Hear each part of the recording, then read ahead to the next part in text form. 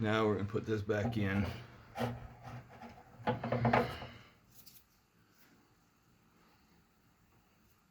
Let's see.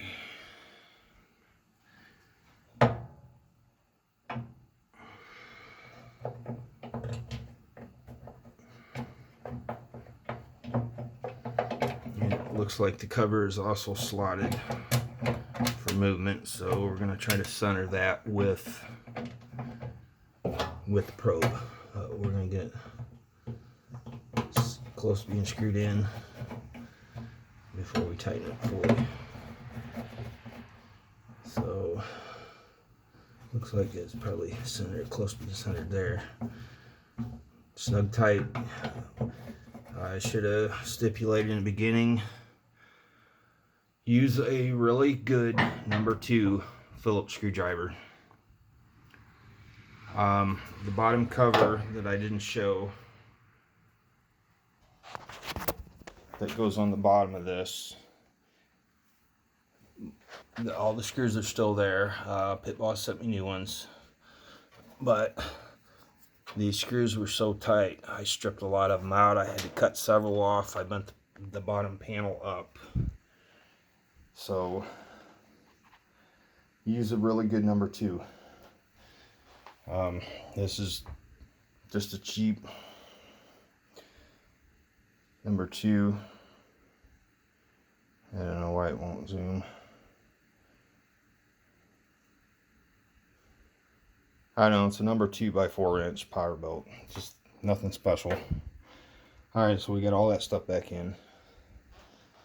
Now we're going to come back around.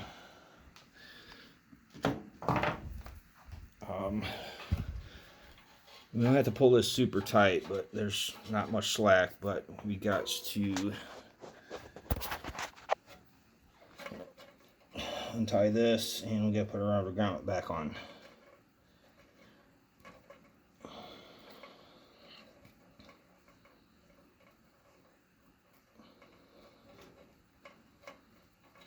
If you got to force these wires through, then there's an issue if you had to force them through. You should not have to. Alright, so, and it looks like the grommet is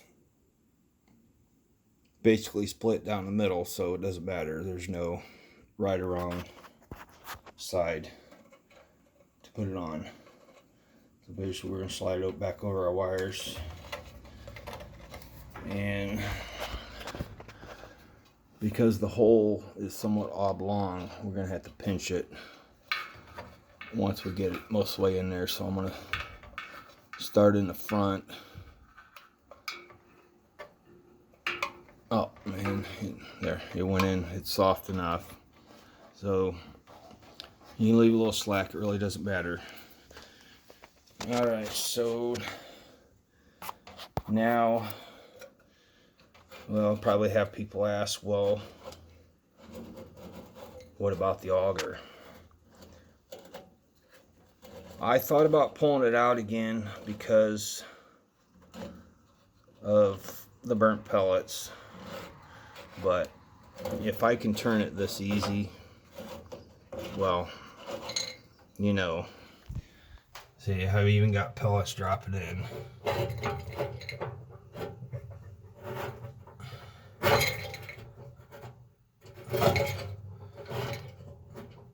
So I guess like I'm pre-priming it, I guess you could say.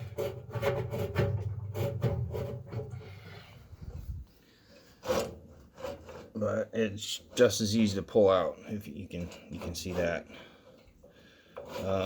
Let's see here. Yeah, right there's the screw hole that we're gonna line up. And it looks like I'm dropping pellets. And it looks like there's some dust in there, but that ain't gonna be an issue. It's nothing major. So we'll try to line that hole back up with that so we can put that back in. But we're gonna put the auger motor on first.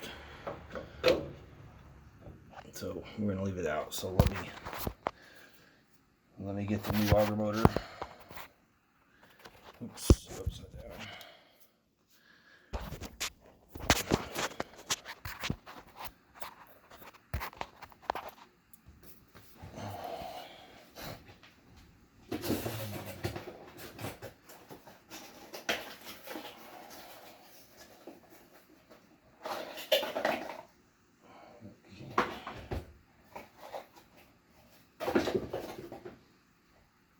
And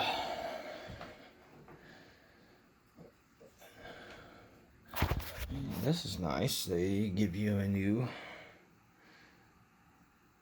shear bolt with the auger motor. That's pretty cool. So I think one thing that I'm gonna do, I'm gonna pre-test this auger motor. I know my daughter had a new motor. It bound. It would turn on half the time. It wouldn't turn on unless you turn the propeller. And what I ended up doing is this cap, there's a pivot bushing in there, and I tried to free it up, put it back the way it was. It didn't work, so basically I took and flipped this 180 and it freed everything up. Hers had gouges on the bottom. It must have been a Friday when it was put together, I don't know. But I go down to the basement. I'll show you how I do this. I don't recommend everybody doing this. It could be dangerous if you don't know what you're doing. I've done a lot of this electrical stuff, so I kind of know what I'm doing. So let me make some copper wire. This is just wires from when I rewired the house. Got rid of all the old wiring. That's the old cloth wiring. Now everything, you can see a lot of it is 12-2 and stuff. So I'll try to do this. So basically what I've got here is just a piece of, I think this is 14-2, that's what it looks like. I'm going to put a slight bend on the edge, so when I stick it into the pins, it's actually got something to grab too. Just a slight bend, that way it doesn't come out. That's kind of one of the safety things, so the wires don't come out and get you. Alright, so it doesn't matter which side, because these are 110. Alright, with that wire plugged in, and I told you I did the little bend. See, it's in there with that little bend in the wire. It's not coming out. A lot of people would say, oh, that's unsafe and all this stuff, but as much as I've done any of this stuff, to me it's quite safe. I'm the one doing it.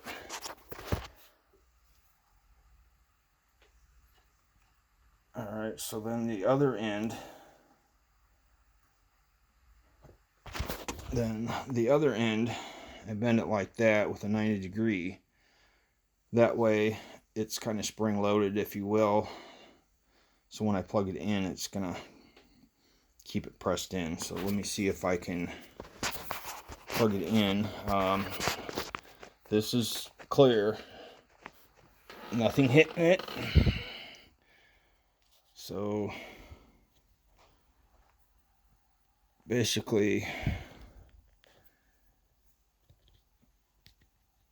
I get one started and the other one on the other side, and just kind of push it in. There we go. Alright, it's somewhat plugged in, but I gotta twist it to get it to go. And there it is.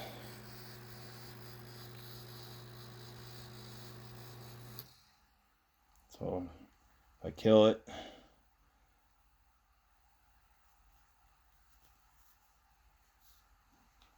and we'll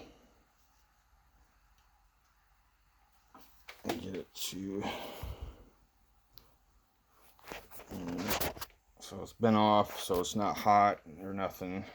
I mean, it's a magnetic motor, it's brushless. The armature that you see, it looks green, that's all magnet. The outer portion is your coil, so that's what makes it magnet.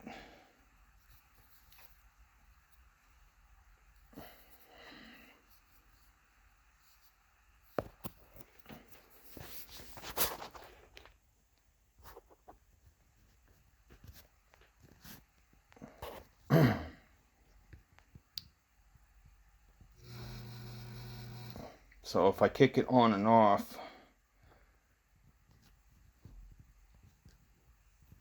then I know it's not jamming when I give it power. Because if there's a dead spot in it, it won't do that. So we know it's good. Alright, so now we can go upstairs and unplug it. That's the easiest way that I've found to test any electrical device. If you're careful, you know what you're doing, it's not a problem. Others would say, yeah, you're crazy. But I've been doing it most of my life on stuff. If I get it to zoom. Yeah, it's not zooming very good. There we go. Alright, so now we got that.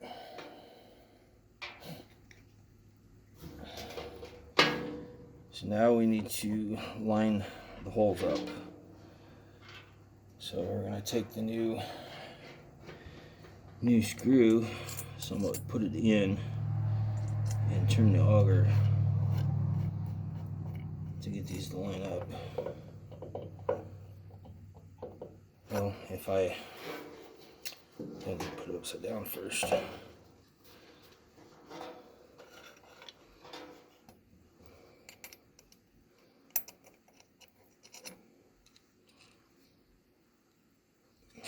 so I gotta turn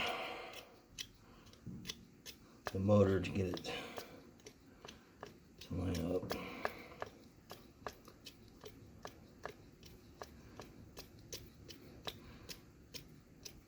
Basically, this there's only really one way for the auger motor to go in there. That means it sits on that plate. Means it's 2 RPM. It takes forever. And for those that don't know, the numbers and stuff are say what it is on the motor itself. I know my daughter's one that I had fixed, it said 2 RPM on the motor. It was stamped in it, but I ain't seen it on this one. So let me check the old one.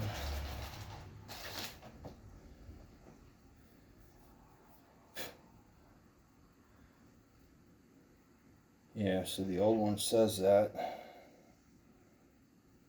60. See, so the part numbers are different on these. So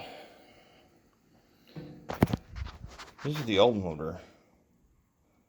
It gives you the information. You see the part number 6016G, and it says 2 RPM.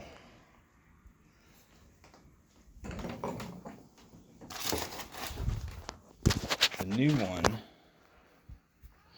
just has a tag, different number. It doesn't say how many RPMs it is. So I'm not sure. It means the book doesn't have part numbers. I hope it's the right one. Otherwise, I'm going to be pissed.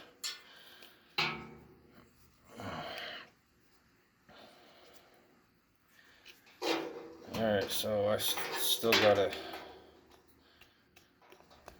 get this spun around to line it up.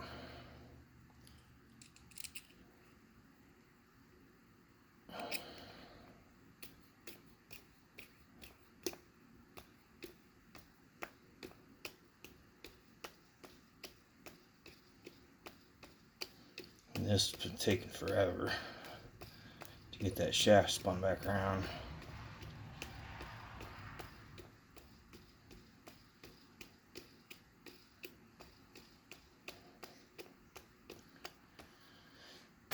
Basically, the noise you're hearing is me trying to spin the cooling fan on this to get that shaft turned around so that it's horizontal,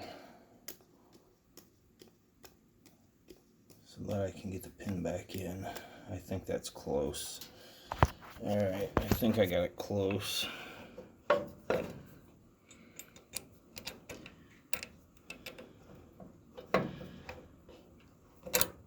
Alright, there we go. Oops. Alright, get the nut back on it.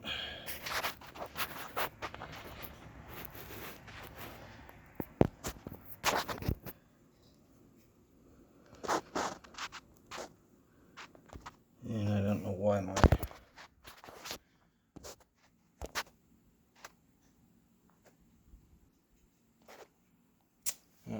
apparently, watch out,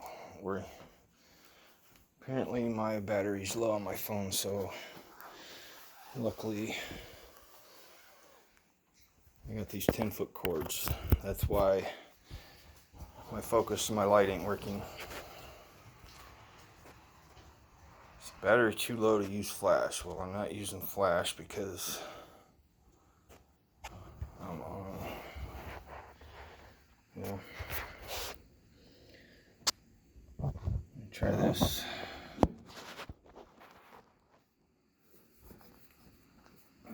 This is the sucky part because the battery's low. Well, let me turn flash on so you can exactly see what I'm doing. Basically what I'm doing is getting the nut started on the shear pin is what I'm doing. Then I'll put the nut driver on it.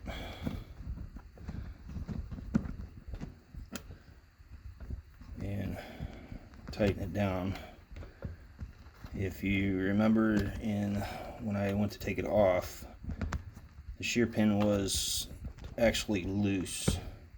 There was movement in it. It's basically precautionary, so it's supposed to break that bolt.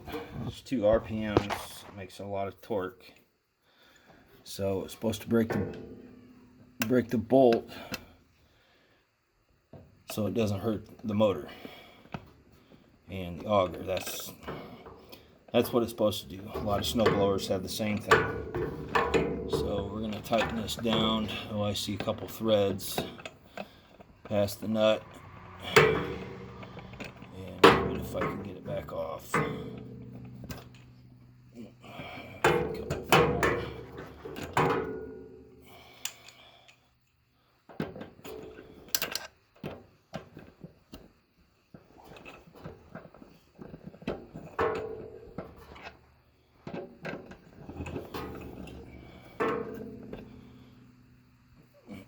Almost. Basically, if I have a couple threads sticking out, then the nut's on there for sure. All right, so you can see there's play. You can see the play between the nut and it's on there, so that's all we need. So in review on this, the nut's 8 mil, and I think I said the Allen was a 3/32. So if you remember that when you go to work on yours. Alright, so now we're going to line up the bushing in the hole and screw that back in it. Alright, there we go. And this was the aluminum screw.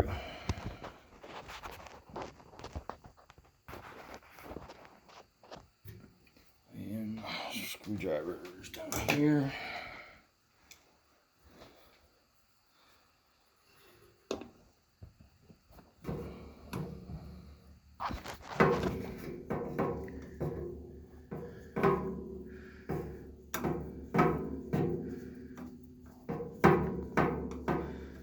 I must not have it straightened up. Nope, I'm a little high. Spin it down. Alright, let's give it another try.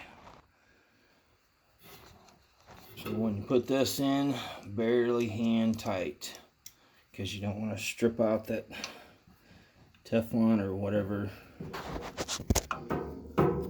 that bushing is. Because if there's no way to hold that bushing in, then your auger's just going to screw itself out.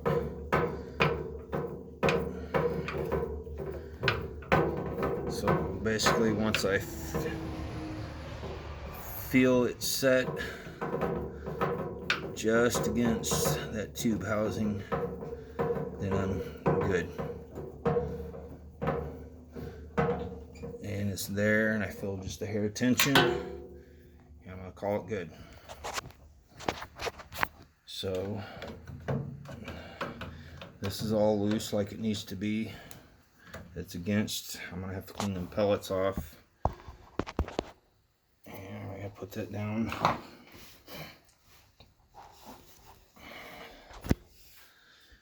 And I'm gonna take a break. My back's killing me. I get back and neck problems, so I don't work a normal job. All this leaning over, it's killing me. So I'm gonna make a third part of buttoning this up.